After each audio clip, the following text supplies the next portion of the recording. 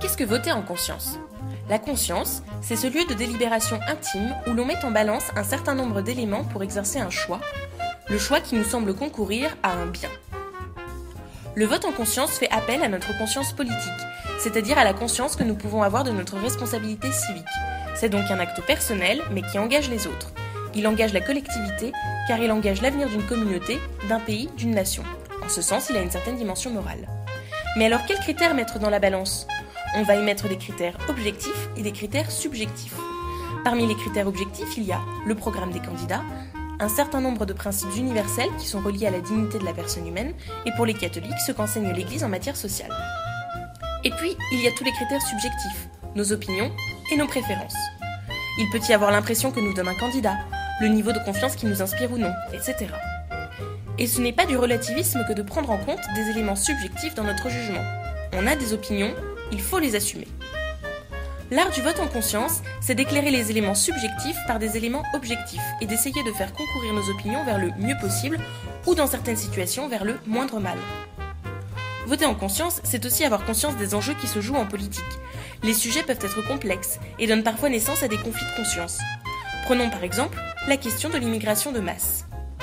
Si au nom de l'accueil, les gouvernants mettent en péril la cohésion d'une société et même la paix civile, bien sûr cela pose un problème moral. A contrario, si au nom de la cohésion d'une société, des pays comme les nôtres refusent la notion même de secours à la veuve et à l'orphelin, là aussi cela pose un problème moral. Ces conflits de conscience, nous sommes appelés à les arbitrer nous, personnellement, en faisant ce qu'on peut appeler un examen de conscience. Mais quel est le rôle de l'Église dans tout ça ? L'Église prend soin des âmes. Elle est là pour éclairer la conscience, mais elle n'est pas là pour la diriger. D'une part, parce qu'il faut respecter la liberté et la responsabilité personnelle de chacun. Et d'autre part, parce que, selon le Concile Vatican II, il appartient aux laïcs d'éclairer les questions temporelles. Ils ont leur propre éclairage à apporter à l'Église sur les questions politiques et sociales, puisque cela correspond à leur domaine de responsabilité. L'Église est donc là pour éclairer.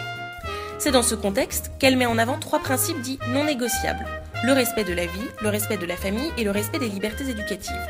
L'Église a voulu attirer l'attention sur l'importance de ces sujets, car ils ont des conséquences sur la personne humaine et sur la société. Mais ce n'est pas exclusif. Il y a d'autres éléments de la vie politique, comme le travail ou les enjeux écologiques, qui engagent de manière très importante l'avenir de l'humanité et son cadre de vie. Pour conclure, il n'y a pas de vote catholiquement correct, ni une grille de lecture toute faite de la question politique établie par l'Église.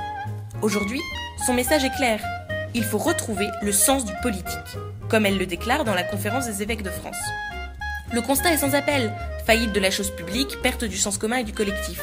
Il n'y a plus de nous, mais une addition de jeux dans la société.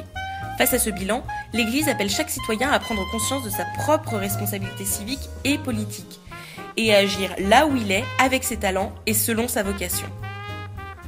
Cela commence par prendre le temps de voter en conscience.